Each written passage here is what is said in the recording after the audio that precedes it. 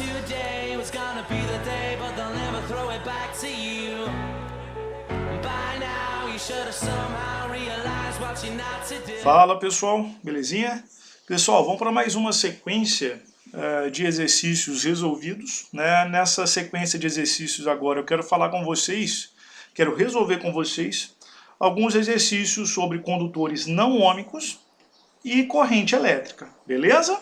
Pessoal, o nosso primeiro exercício, então, ele fala o seguinte: um resistor recebe em seus extremos uma tensão elétrica variável com a intensidade da corrente elétrica conforme mostra o gráfico abaixo.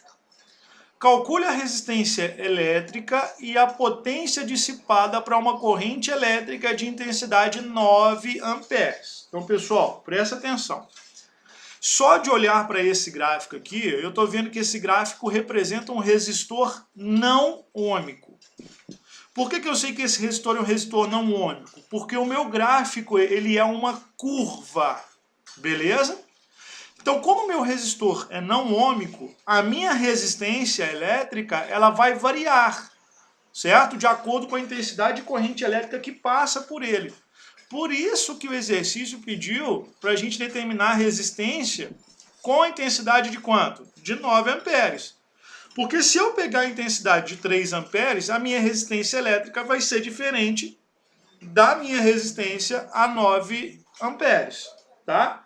Então, ou seja, quando nós tivermos uma intensidade de corrente elétrica de 9 amperes, eu vou ter uma diferença de potencial, eu vou ter uma DDP de 27 volts. Beleza? Então, qual que vai ser, então, a minha resistência elétrica e qual que vai ser, então, a minha potência elétrica com essa intensidade de corrente elétrica? Para poder determinar a minha resistência elétrica, eu vou usar a primeira lei de Ohm. U é igual a R vezes I.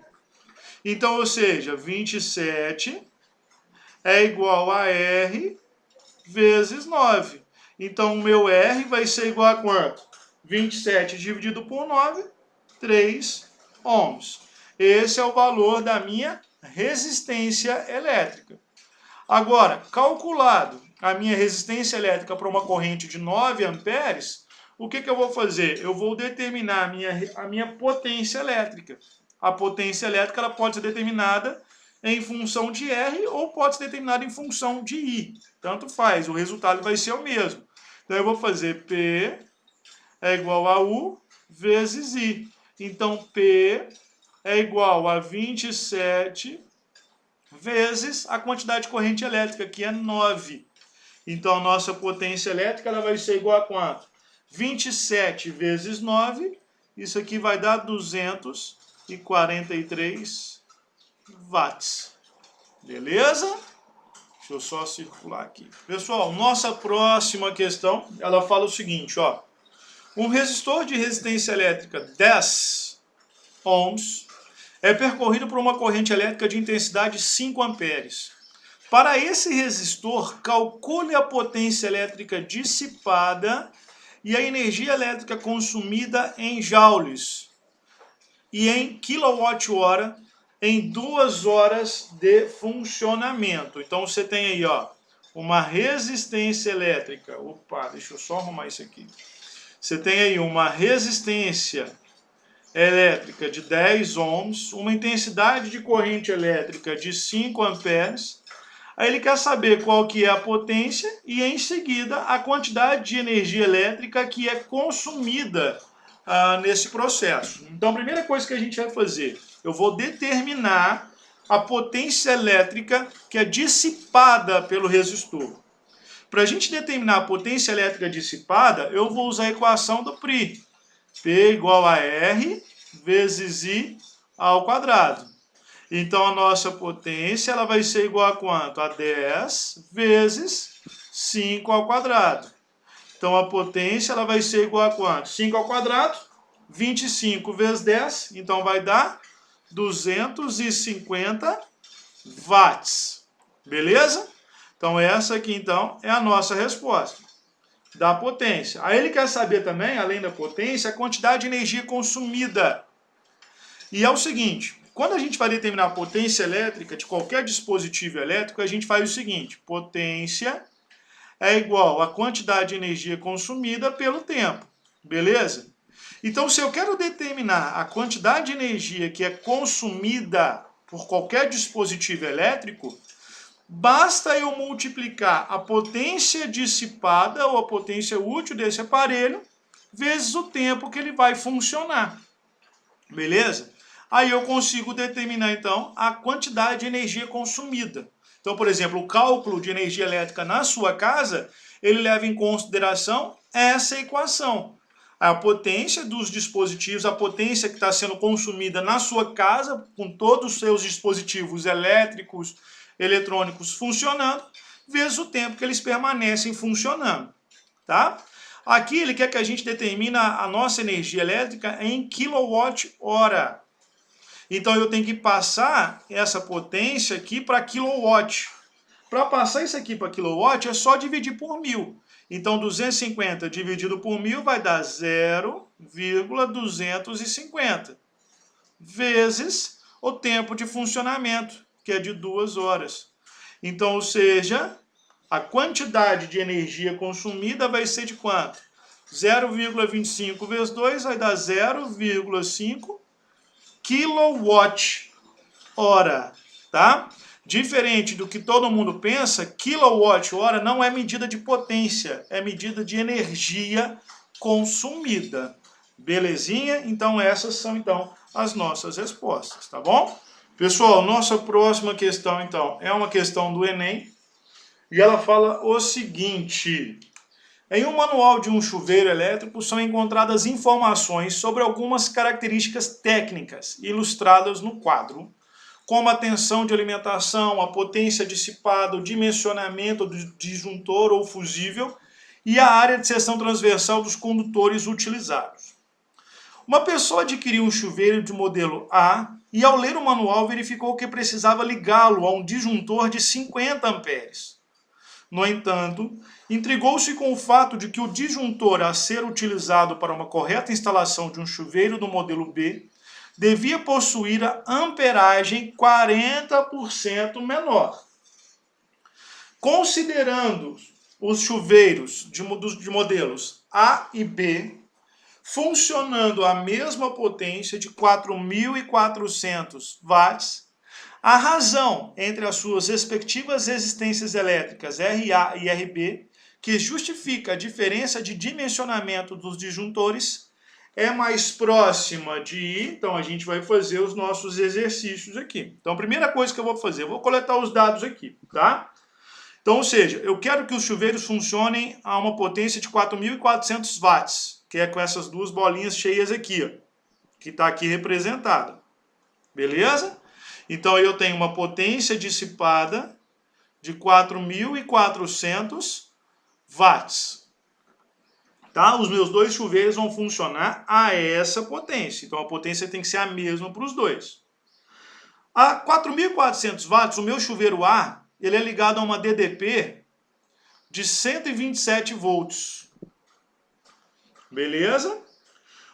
E ele dissipa uma potência de 50 amperes.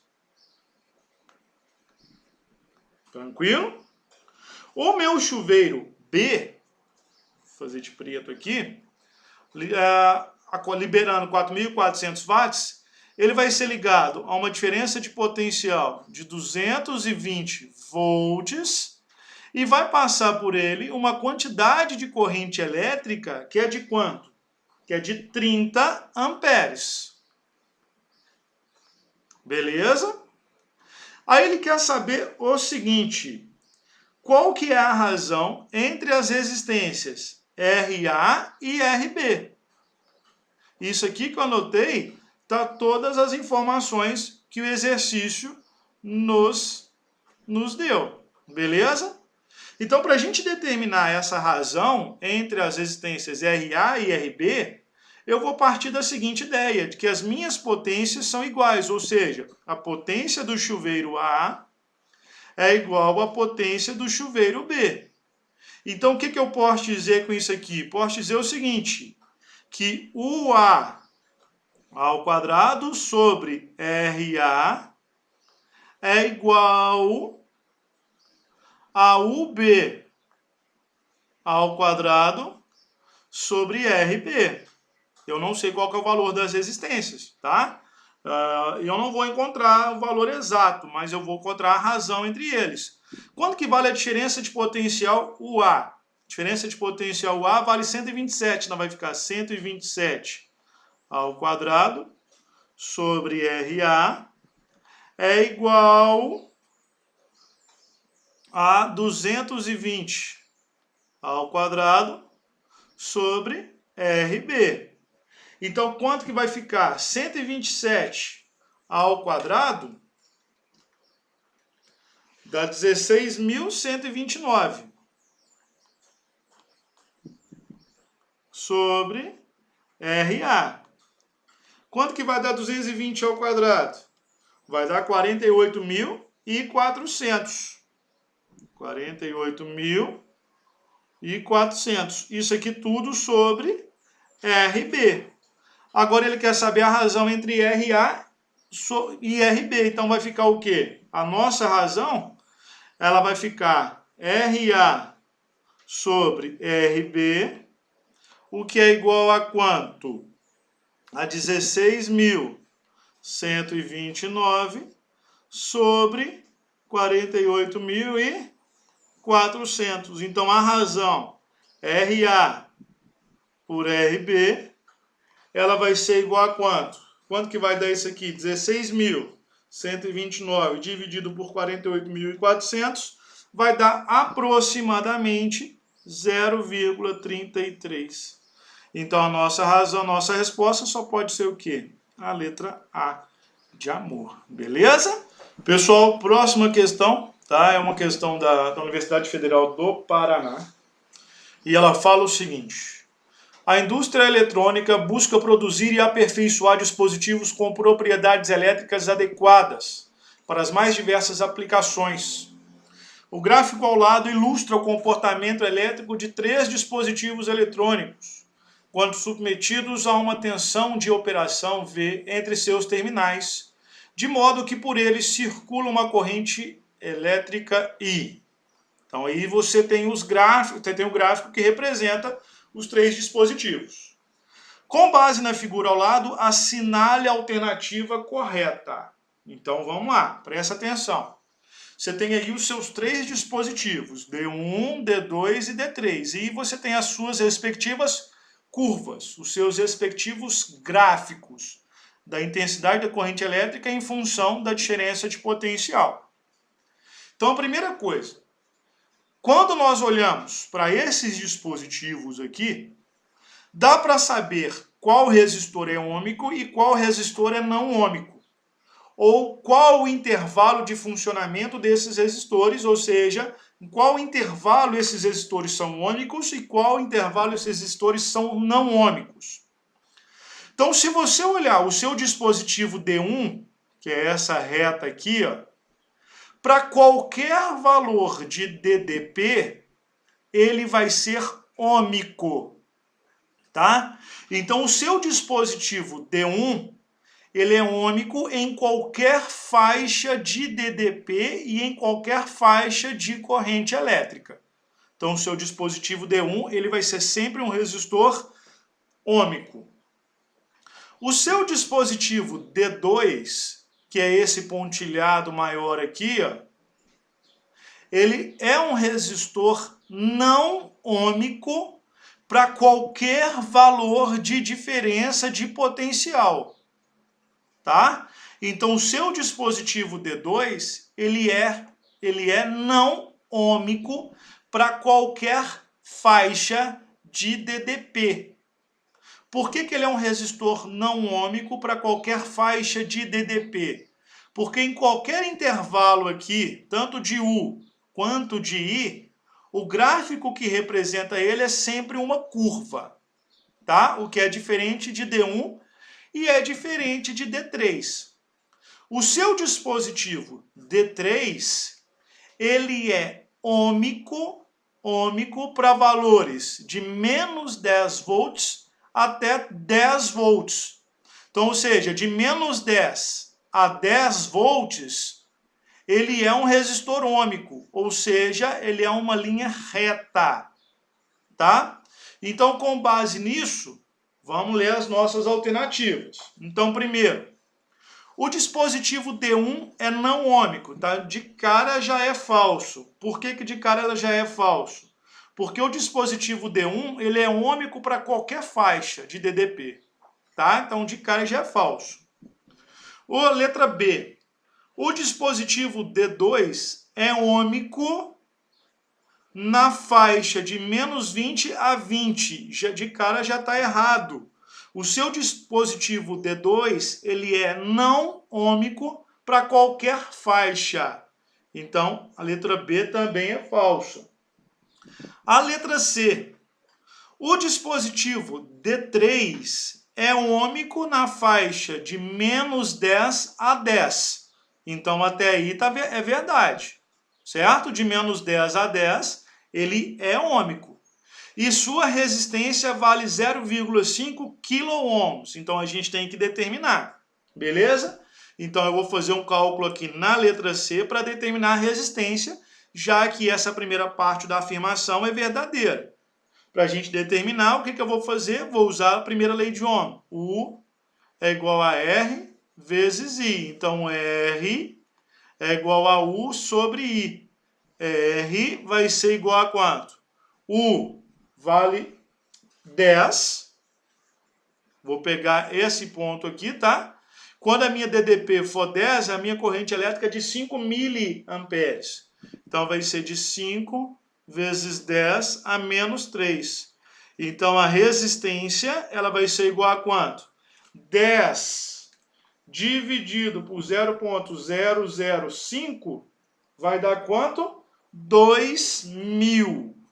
Então, isso aqui vai dar 2.000 ohms, ou seja, 2 quilo-ohms. Então, essa resposta ela está errada. Então, ela é falsa, porque a resistência é diferente do valor. Letra D. O dispositivo D1 é ôhmico na faixa de menos 30 a 30. Ele é ôhmico para qualquer faixa. E sua resistência vale 6 kΩ. Então, eu tenho que calcular a minha resistência. Então, para calcular a resistência, na letra D aqui, o que eu vou fazer? R é igual a U sobre I. Então, o que eu vou fazer? R vai ser igual. Vou pegar uma diferença de potencial qualquer. Vou pegar essa aqui, ó. Para 30 volts, eu tenho uma intensidade de corrente que é de 5 miliamperes. Então, vai ficar 30 sobre 5 vezes 10 a menos 3. Então, R vai ser igual a quanto? 30 dividido por 5 dá 6. Então, isso aqui vai dar 6.000 ohms, ou seja, 6 quilo-ohms. Então, essa afirmação ela é toda verdadeira. O meu resistor é ôhmico e a minha corrente elétrica vale 6 kΩ. Então, a letra D é uma alternativa verdadeira. Vamos ver se a E também é. O dispositivo D3 é não ôhmico na faixa de menos 10 a 10. De cara já está errado. Ele é ôhmico na faixa de menos 10 a 10. Então, a nossa resposta só pode ser o quê? A letra D de lindo. Belezinha? Pessoal, vou encerrar aqui então essa nossa videoaula, né, com esses exercícios que envolvem condutores não ôhmicos e corrente elétrica. Nós voltamos numa próxima videoaula então para falar sobre a segunda lei de Ohm, beleza? Então pessoal, abraço, fica com Deus e até a nossa próxima videoaula. Tchau, tchau.